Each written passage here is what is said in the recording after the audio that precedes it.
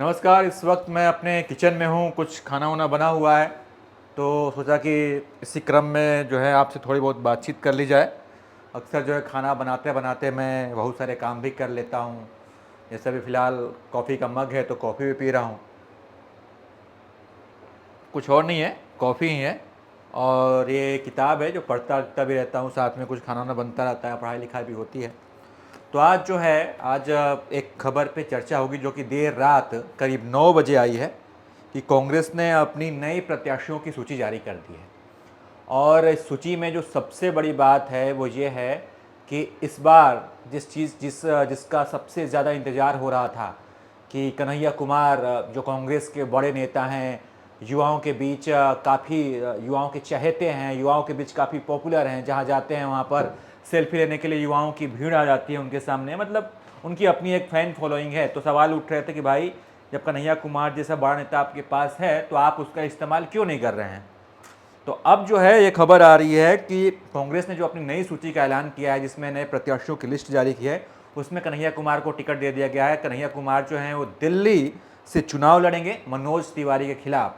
तो अब जो है मनोज तिवारी के खिलाफ कन्हैया कुमार लड़ेंगे, नॉर्थ ईस्ट सीट है उनकी। तो अब जो है मुकाबला वहाँ पर बाकायदा समझ लीजिए कि बिहारी बनाम बिहारी का मुकाबला होगा।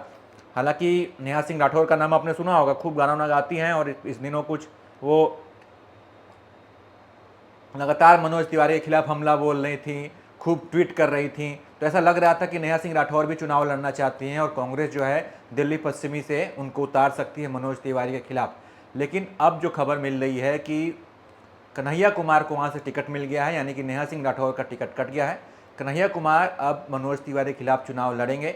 हालांकि चर्चा पहले थी कि कन्हैया कुमार को बिहार से चुनाव लड़ाया जाएगा, लेकिन बिहार में आप जानते ही हैं कि वहाँ इंडिया गठबंधन में 2-3 पार्टियाँ और हैं। आरजेडी की लालू यादव की पार्टी है, और लालू यादव तो कितने एक तरीके से कहिए कि वो अपने शर्तों पर कांग्रेस को लेकर आए हैं। पूर्णिया की सीट उन्होंने नहीं दी और कहा था कि कन्हैया कुमार भी चुनाव नहीं लड़ेंगे। तो लालू यादव के विरोध की वजह से जो है कन्हैया कुमार को बिहार से चुनाव नहीं लड़ाया जा सका। तो अब ये चर्चा चल रही थी कि भाई कन्हैया कुमार को कहाँ से लड़ाया जाएगा। कांग्रेस भी लगी थी कि भाई बिहार से तो चुनाव नहीं लड़ा पा रहे हैं, लेकिन कन्हैया कुमार को सेट कहाँ करें। तो उसके लिए जो है अब उनके लिए वो सीट जो चुनी गई है वो मनोज तिवारी वाली सीट है, जैसे मनोज तिवारी वर्तमान सांसद हैं। और अब मनोज तिवारी के खिलाफ कन्हैया कुमार चुनाव लड़ेंगे और बिहारी बनाम बिहारी का मुकाबला यहाँ पर होगा। तो मामला दिलचस्प होगा, क्योंकि पिछली बार मनोज तिवारी बड़े अंतर से चुनाव जीत गए थे। अच्छी खासे वोटों के अंदर से चुनाव जीते थे। लेकिन कन्हैया कुमार के आने से अब हम ये उम्मीद कर सकते हैं कि मुकाबला जो है वहाँ पर कांटे की टक्कर का होगा। बाकी कन्हैया कुमार पे जानते हैं आप, कई तरह के आरोप लगे रहे हैं। टुकड़े टुकड़े गैंग लोग कहते हैं, देश विरोधी नारा लगाने के उन पर आरोप है, तमाम आरोप भी हैं। लेकिन फिर भी कांग्रेस ने उनको टिकट दिया है। आरजेडी ने खूब मना किया था कि टिकट मत दीजिए, लेकिन फिर भी मिल गया है।